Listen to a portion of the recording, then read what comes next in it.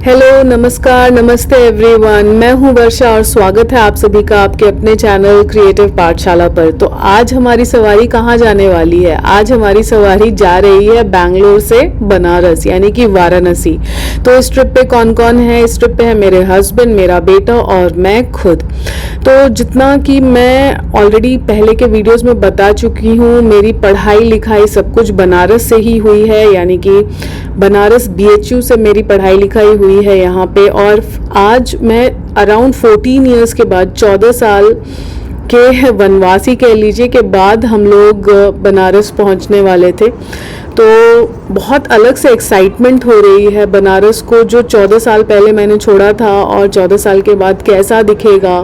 Flight काफ़ी अच्छी थी, खाने पीने की चीज़ें, सारी चीज़ें वो ऑलरेडी दे रहे थे, कॉम्प्लीमेंट्री था I guess, and taste wise भी काफ़ी अच्छा था।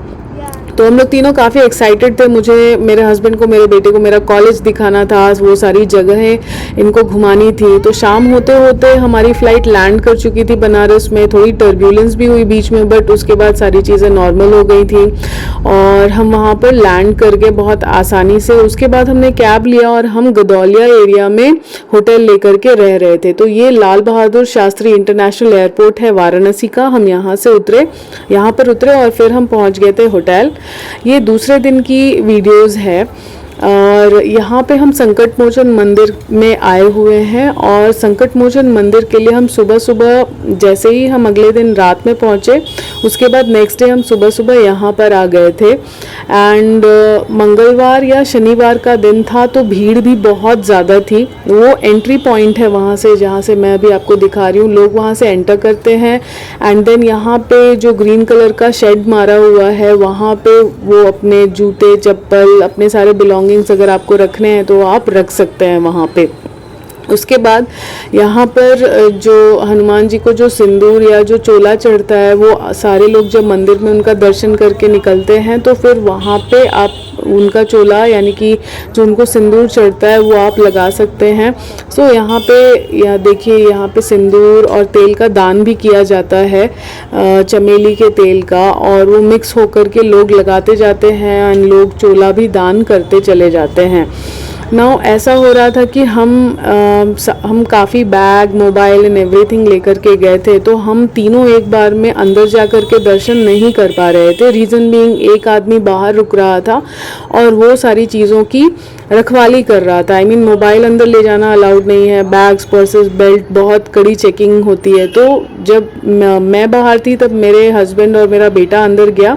उसके बाद जब मेरे हस्बैंड बाहर रुके तो फिर से मैं और मेरा बेटा, हम लोग अंदर जा कर के दर्शन करके आए, प्रसाद लेकर के आए और वहाँ पर हमने हनुमान चालीसा पढ़ी। भीड़ बहुत ज़्यादा थी, रीज़न बीइंग कि हम सबमिट नहीं करना चाह रहे थे, क्योंकि फिर बहुत ज़्यादा लाइन लगती है एंड देन आपको बहुत वेट करना पड़ता है, वो चीज़ों को सबमिट करो फिर वहाँ से निकालो। तो हम वो सारी चीज़ें नहीं करना चाह रहे थे। So this was the plan जो हमने ट्रिक अपनाई। तो एक आदमी बाहर रुका एंड अकॉर्डिंगली बारी बारी से हम अंदर जा कर के दर्शन करके आ गए। तो मैं इसी चोले के बारे में आपको बात कर रही थी। यहाँ पे चमेली का तेल और उनको सिंदूर जो चढ़ता है ऑरेंज कलर का, वो यहाँ पे कंटिन्यूअसली लोग चढ़ाते हैं और लगाते भी रहते हैं। तो चलिए, अब समय आ गया था कि मैं इनको अपना कॉलेज का दर्शन करवाऊं या कॉलेज के राउंड पे लेकर के जाऊं। तो ये है हमारा काशी हिंदू विश्वविद्यालय या कि BHU, जहाँ पर कि मेरी पढ़ाई लिखाई हुई है।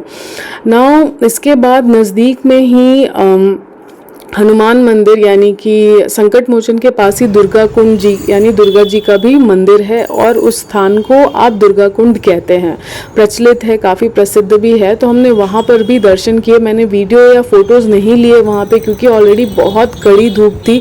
आपको हमारा चेहरा देख करके समझ में आ रहा होगा। तो हम कोशिश यही कर रहे थे कि हम जल्दी से जल्दी दर्शन करें, क्योंकि फिर 12 बजे के बाद दर्शन करने में भी मतलब लेट हो रहा था, हमें ऐसा फील हुआ। देन दीना चाट भंडार वो समथिंग विच हम लोग सबसे ज़्यादा पसंद कर रहे थे, even compare to the other one Kashi Chaat Bhandar. Kashi Chaat भंडार के बाहर तो ऐसी भीड़ लगती थी कि मतलब आप एक प्लेट कुछ लेने भी जाओ तो असंभव है कि आपको ईजिली मिल जाए।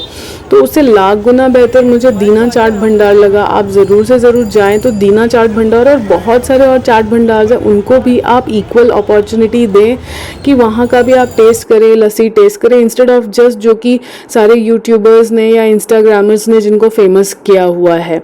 So do not only rely on all of them, आप अपने हिसाब से भी चीज़ों को ट्राई करें, एक्सपेरिमेंट करें। तो मुझे दीना चाट भंडार रियली में बहुत अच्छा लगा। Now this is the Godaulia वाला स्ट्रीट। गदौलिया वाला स्ट्रीट है ये, और ये सीधा गंगा घाट की तरफ चला जाता है। तो हम बेसिकली अभी शाम की आरती देखने के लिए जा रहे थे, और हमने विश्वनाथ बाबा का दर्शन ऑलरेडी जिस रात को हम पहुँचे थे उसी रात को जाकर के हमने कर लिया। मंदिर ऑलमोस्ट खुला रहता है और हमें रात में बहुत आसानी से बहुत जल्दी दर्शन भी हो गए थे उनके। तो हमारी फ़्लाइट एंड देन होटल पहुँचते पहुँचते 8:30-9 बज गए थे हमको, और फिर हमने रात में ही उनका दर्शन कर लिया था। उसके बाद आज हमने संकट मोचन और दुर्गा कुंड में दर्शन किए। उसके बाद शाम में हम निकल गए थे गंगा घाट पे आरती देखने के लिए और बोट राइड के लिए। तो ये गदौलिया की बहुत ही बिजी स्ट्रीट है। यहाँ पे गाड़ी निकालना चलाना इज़ नेक्स्ट लेवल, बहुत डिफ़िकल्ट है। जो चलाते हैं आई गेस वो ज़रूर यहाँ के लोकल्स होंगे, वही मैनेज कर पाते हैं। तो काफ़ी सारी चीज़ें बिकती हैं, there are lots of street side vendors, और बहुत सारी चीज़ें बिकती रहती हैं। ये था बोट जो हमने लिया था, और हम उस बोट पे जाकर के बैठ गए थे। पर पर्सन उसने 200 रुपीज़ चार्ज किया था हमें।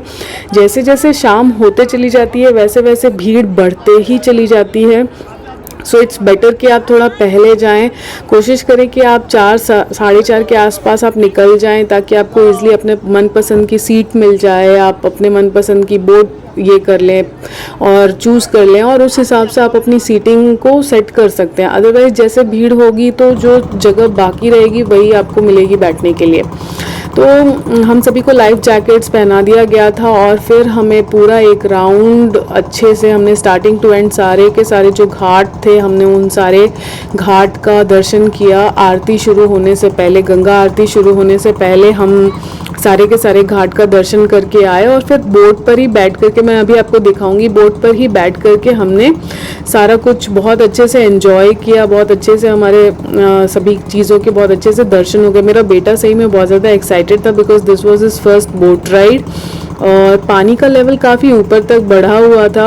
इस वजह से गंगा आरती जहाँ पे जनरली होती है वहाँ नहीं होकर के एक और ऊंचाई पर, मैं अभी आपको दिखाऊंगी, वहाँ पर उन्होंने गंगा आरती की। रीज़न बीइंग कि पानी बहुत सामने तक आ गया था घाट के, और वहाँ पे उनका आरती का पूरा सारा कुछ अरेंज कर पाना उतना ईजी नहीं था, इसलिए उन्होंने एक हाइट मेंटेन की हुई थी, और वहाँ पे वो सारी की सारी आरती का जो भी उनका था 1 घंटे का, आधे घंटे का जो भी उनका पूरा रहता है प्रोग्राम, वो पूरा का पूरा वहाँ पे उनकी आरती हो रही थी। तो शाम का समय था, बहुत ही अच्छा लगता है और बहुत ही पीसफुल रहता है। आप कुछ करें ना करें, आपको बोट राइड डेफिनेटली करनी चाहिए, और कोशिश करें कि थोड़ा अर्ली रहे किसी भी चीज़ में। एक्सेस डार्क में आप जाएंगे तो आपको फिर बहुत सारी चीज़ें कैप्चर करने के लिए नहीं मिलती है, लोग भी काफ़ी भीड़ बढ़ जाती है, और आरती भी उधर चल रही होती है। तो ये सारी चीज़ों को काफ़ी मैनेज करने के लिए टाइम पे रहेंगे तो आप सारी चीज़ें बहुत अच्छे से एंजॉय कर पाएंगे। घाट अपने आप में बहुत ज़्यादा खूबसूरत रहते हैं, लगते हैं, और मन बहुत शांत हो जाता है। वैसे मेरी पढ़ाई यहाँ पे हुई है तो मैंने तो एंडलेस नंबर ऑफ टाइम्स ये सारा कुछ किया हुआ है, बट ऑब्वियसली मेरे हस्बैंड और मेरे बेटे के साथ ये मेरा फर्स्ट टाइम था, और एंड हम बहुत एक्साइटेड भी थे बिकॉज बहुत सुंदर लग रहा था सब कुछ। और ये एक्सपीरियंस अपने आप में बहुत अलग होता है कि बोट राइड आप कर रहे हैं एंड साथ में आप सारी चीज़ें भी देख रहे हैं। भीड़ धीरे धीरे बढ़ते चली जा रही थी। फिर इस बोट से उतर के हमें दूसरे बोट पे जाकर के बैठना था, और वहाँ पे जाकर के बैठ के फिर हमको वहाँ से आरती देखनी थी। Because as I already told you कि जो गंगा घाट था, तो गंगा घाट का पानी उस लेवल पे आ गया था कि वो जहाँ पे नॉर्मली आरती करते थे गंगा आरती, वहाँ पे आरती नहीं होके, आप देखिए यहाँ पे मैंने पॉइंट आउट कर दिया है, यहाँ पे आरती का सारा प्रोग्राम हो रहा था, सारा का सारा प्रबंध यहाँ पर किया जा रहा था, और हम सभी को यहाँ बोट में, दूसरी बोट में शिफ्ट कर दिया गया था, और हम वहाँ पे अपनी सीट सिलेक्ट कर सकते थे। And it was complimentary, I mean जिन लोगों ने बोट राइड ली हुई थी उनको कॉम्प्लीमेंट्री यहाँ पे आपको सीट भी मिल जाती है। तो वहाँ पे आराम से बैठ करके हम लोग देख रहे थे और सारा वेट कर रहे थे कि कब गंगा आरती का वो सारा कुछ बहुत अच्छे से करते हैं। हम बहुत एक्साइटेड भी थे कि हम इनको देखें, बट हाँ, सामने से करते या नीचे घाट पर हो रही होती तो वो एक अलग ही एक्साइटमेंट होती है, बिकॉज वो विजुअली बहुत अलग होता है। बट यहाँ पे बिकॉज ऑफ पानी काफ़ी ऊपर तक आ गया था, नज़दीक आ गया था, तो इसलिए बहुत ऊंचाई पर सारी चीज़ें अरेंज की गई थी। तो एक और घाट पे साइमल्टेनियसली पूजा हो रही थी शाम की, वो भी हम कैप्चर कर रहे थे। और जो मेन घाट था जहाँ पे आरती होती है वहाँ पर भी पूजा की जा रही थी, हम वहाँ का भी विजुअल्स आपके लिए कैप्चर कर रहे थे। तो आप जैसा देख पा रहे हैं आरती धीरे धीरे करके शुरू हो गई। नाउ हम जो बनारस के ट्रिप पे गए थे, हम 2 दिन के ट्रिप पे गए थे। तो फर्स्ट डे जैसे हम पहुँचे तो हम ऑब्वियसली सेम डे रात के 9 बजे पहुँचे और हम इमीडिएटली बाबा विश्वनाथ के मंदिर चले गए थे दर्शन करने के लिए। मैंने कुछ रिकॉर्ड नहीं किया है, मैं आपको ओरली ही बता रही हूँ कि इट्स वेरी ईजी नाउ, आप वहाँ पे बहुत ईजिली जा कर के दर्शन कर सकते हैं। 2 तरीके हैं वहाँ पर जा कर के दर्शन करने के लिए। एक है आप नॉर्मल वाली लाइन में लग कर के चले जाएं तो दर्शन आप दूर से कर पाएंगे, और अगर आपने वहाँ पे एक उनका टिकट काउंटर बना हुआ है, अगर आपने वो टिकट लिया जो कि पर पर्सन शायद 600 समथिंग होगा या 300 होगा, I do not remember exactly, पर पर्सन है वो, अगर आप लेते हैं तो आप सामने से दर्शन कर सकते हैं और शायद उनको आप छू भी सकते हैं, बाबा विश्वनाथ को, शिव जी को। तो ये 2 तरीके होते हैं। तो हमने पहली रात को जो हम वहाँ गए तो हमने दूर से दर्शन किए, क्योंकि हमें टिकट काउंटर का 14 ईयर्स के बाद विज़िट कर रहे थे, तो हमें आइडिया नहीं था कि कैसे कैसे करके होगा। तो उसके बाद फिर जो हमारी 2 दिनों की आइटनरी थी ना, तो उसमें जो नेक्स्ट डे हम संकट मोचन गए, दुर्गा कुंड गए, गंगा आरती कवर किया हमने, और थोड़ी मार्केटिंग भी की, खाना पीना किया एंड ऑल दैट स्टफ। उसके बाद नेक्स्ट डे हम फिर से गए और तब हमने वो जो VIP काउंटर था वहाँ पर जाके हम तीनों के लिए टिकट लिया और फिर हम पास से उनके दर्शन करके आए, उनको टच करके आए, उनको प्रणाम करके आए। तो वो भी ऑप्शन आपके लिए रहता है। और भीड़ भी जो पेड काउंटर है या जो VIP वाला काउंटर है तो वो भी उसमें कम होती है और लाइन भी उतनी लंबी नहीं होती है। सो इट टोटली डिपेंड्स कि आप कौन सा चूज़ करना चाहते हो। तो बेसिकली हम 2 बार बाबा विश्वनाथ के दर्शन करके आए, बहुत अच्छे से उनको प्रणाम करके आए, और आरती यहाँ पे फुल स्टार्ट हो चुकी थी।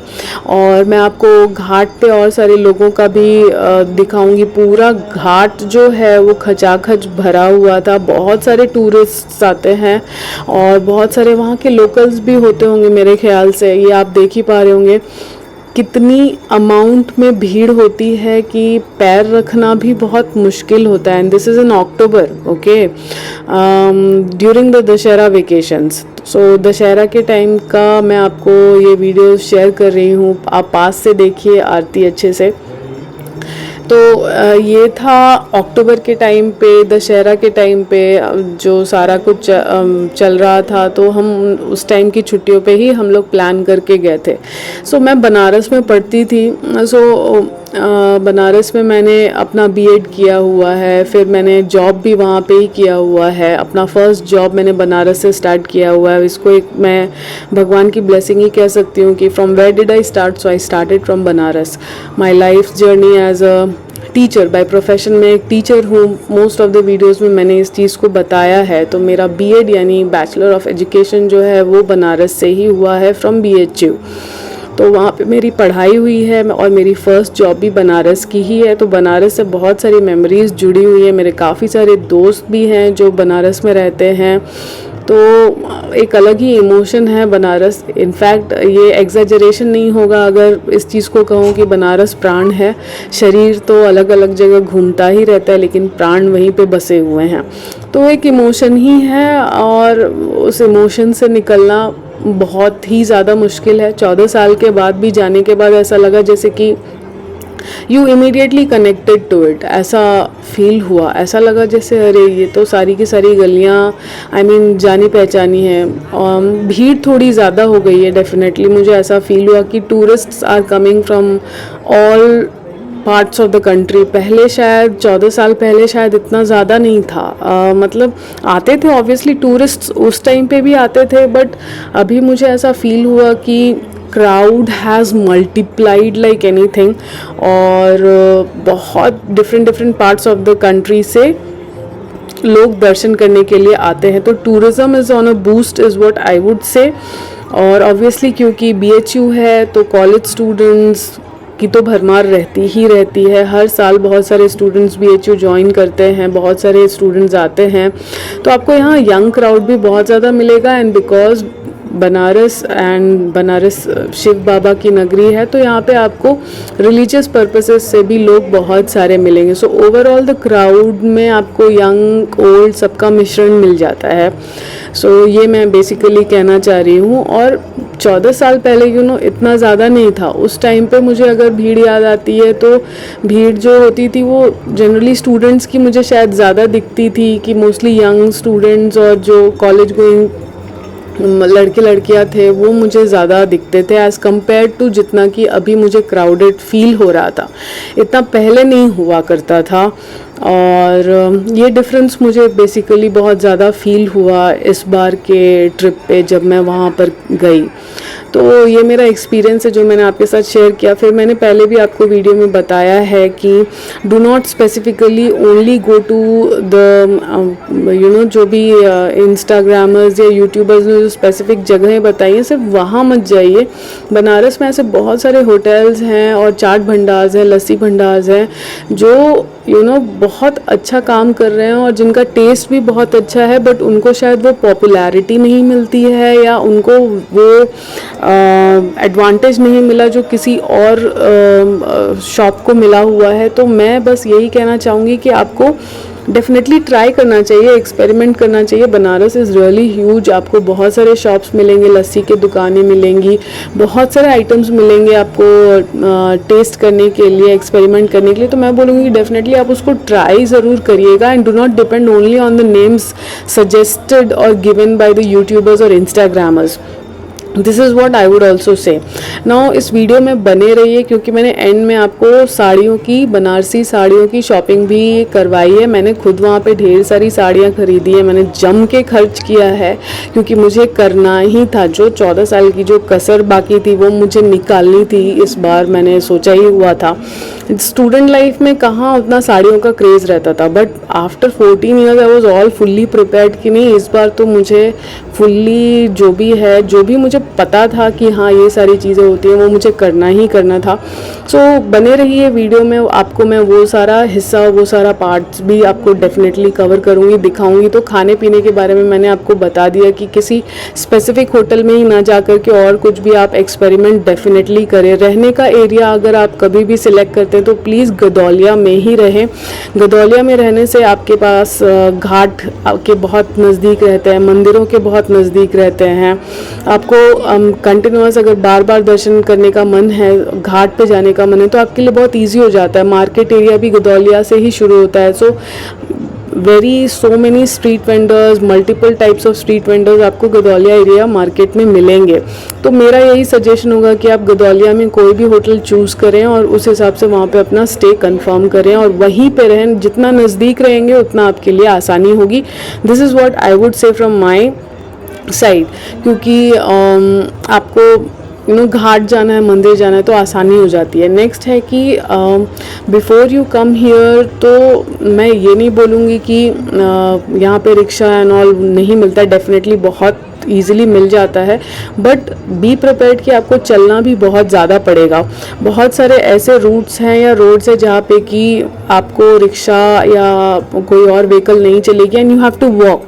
तो वॉक करने के लिए भी आप तैयार रहिए, तो अपने जूते लेकर के आइए। चप्पलों में आप इतने क्राउडेड एरियाज़ में मत जाइए। This is what also I would suggest you. तो यहाँ पे आरती ख़त्म हो चुकी है और सारे लोग रेडी हो गए थे निकलने के लिए और धीरे धीरे करके क्राउड डिस्पर्स हो रहा था, निकल रहा था वहाँ पे, और भीड़ बहुत ज़्यादा थी जैसा कि मैंने आपको पहले भी वीडियो में दिखाया है, बताया है। और बनारस तो है ही बहुत ज़्यादा खूबसूरत, तो यहाँ पे बहुत सुंदर सुंदर से चीज़ें सजा करके एंड भगवान जी के फ़ोटोज़ और फूल मालाएँ बिक रही थी। मैंने कुछ फ़ोटोज़ भी ली, वो आप सभी के साथ यहाँ पे शेयर कर रही हूँ। तो ये है हम तीनों गंगा आरती देखने के बाद। उसके बाद आती है पेट पूजा की बारी। तो ये है टमाटर की चाट। और ये मेरे बेटे की फेवरेट है और बोलते बोलते भी मेरे मुंह में पानी आ रहा है। और ये समोसा कचौड़ी चाट, जो सब कुछ हमने दीना चाट भंडार से खाया, बिकॉज मैंने आपको पहले भी बताया काशी चाट भंडार में रीच आउट कर पाना ही अपने आप में बहुत मुश्किल टास्क था। ये है dahi bhalle, and then this was I guess this was something which I forgot the name, but ये आइसक्रीम था फालूदा के साथ, फिर ये खीरा एंड नमक एंड ऑल था। तो ये सारी चीज़ें हमने इस ट्रिप पे खाई, तो मैंने सोचा कि आपके लिए भी रिकॉर्ड करती हूँ। और मेरे फेवरेट है दही भल्ले, सो आई मेड श्योर कि मैं जितने दिन भी रहूँ मैं कंटिन्यूस दही भल्ले वहाँ पे खाऊँ। गर्मी भयंकर लगती है, तो ये देखिए ये जो टमाटर की चाट है ये मेरे बेटे की फेवरेट थी, तो every time we used to visit here and he was ready to have the same. वो वहाँ पे वो आइसक्रीम एंड फालूदा फिनिश कर रहा था, वो पहले हमने एक प्लेट खा लिया था हम तीनों ने। उसके बाद मैंने अपना दही बड़ा समेटा ख़त्म किया और तब तक हस्बैंड के लिए भी चाट आ गई। यहाँ पे समोसा कचौड़ी वाली चाट थी ये, और बहुत अच्छा टेस्ट है, ज़बरदस्त टेस्ट है, एंड प्राइसेस इतने कम है मैं आपको बता नहीं सकती हूँ, माय गॉड। और बनारस गए तो आप बनारस का पान कैसे नहीं खाएंगे, आपको खाना तो बनता है। So every single day we made sure कि हम बनारस में जो लोकल पान वाले हैं हम उनसे पान खरीदते थे और पान खाते थे। एज आई टोल्ड यू कि do not specifically only go to places जो बहुत रिनाउंड है, आपको और कहीं पे भी आप ट्राई करिए, बनारसी पान का स्वाद आपको अपने मुंह में डेफिनेटली फील होगा। तो हमने हर दिन, ऑलमोस्ट हर दिन हमने बनारस का पान खाया, और जब हम बनारस छोड़ भी रहे थे तो भी हमने वहाँ से पान पैक करवा लिए थे खाने के लिए। So this is me eating और गल्पिंग डाउन द पान एंड आई लव इट। उसके बाद बनारस का ये बिजी एरिया है, गदौलिया चौक है ये बेसिकली, और यहाँ से आपका रोड, आपकी एंट्री शुरू हो जाती है शॉप्स, मार्केट्स, वेंडर्स, गंगा घाट के लिए। तो ये है वो बिजी स्ट्रीट जो मैं आपको मेंशन करी थी। जम के शॉपिंग की है मैंने, जम के इस स्ट्रीट से। बार्गेनिंग करिए, नेगोशिएट करिए, वो सब तो आपको करना ही पड़ेगा, आप जो भी खरीदना चाहते हैं उस हिसाब से। कपड़े खरीदे, खिलौने खरीदे, बहुत सारी ऐसी चीज़ें खरीदी जो कि आपको बैंगलोर में नहीं मिलने वाला है। तो ये खासियत है क्योंकि जगह जगह से वेंडर्स आते हैं वहाँ पे, और आपको बहुत सारे तरीके की चीज़ें मिलती हैं, कपड़े, जूते, चप्पल। एंड ये बनारस सिल्क फैक्ट्री है, देखो इसमें ऊपर का नंबर भी, ऊपर में आपको नंबर एंड एड्रेस सब कुछ मैंने क्लिक कर दिया है आपके लिए, आप इसका स्क्रीनशॉट ले लेना। और यहाँ से मैंने अराउंड 50 से 60 हज़ार रुपये की साड़ियाँ खरीदी, फुल मतलब 2 साल के लिए मैंने पैक कर लिया अपना क्लोजेट इसके लिए कि हाँ यहाँ से मुझे जो भी साड़ियाँ उठानी थी मैंने उठा लिया। और ज़बरदस्त साड़ियाँ हैं, but do not forget to negotiate.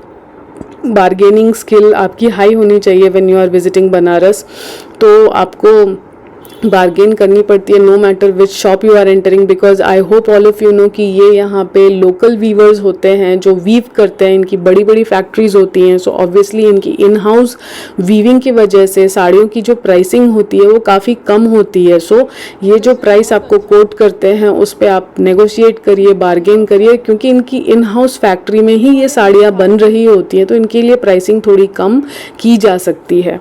सो हमने अच्छा खासा यहाँ से साड़ी, सलवार सूट, कुर्ते का कपड़ा, सिल्क का सब कुछ हमने अच्छे से उठाया, और बहुत अच्छा लगा मुझे। ये शॉप बहुत ज़्यादा वैरायटी है, ज़बरदस्त वैरायटी है, आप देखते देखते थक जाएंगे, पर शायद इनके पास वैरायटी ख़त्म नहीं होगी। सो मेक श्योर कि आप इस शॉप में ज़रूर आएँ, मुझे बहुत पसंद आया इसलिए मैं आपको ये रेफ़र करूँगी। लेकिन वही मैं बार बार बोलूँगी कि आपको बार्गेनिंग करनी ही करनी है, इनकी बहुत बड़ी फैक्ट्री है और इसलिए प्राइसिंग पे डेफिनेटली ये नेगोशिएट, बार्गेनिंग बनती है इनके साथ।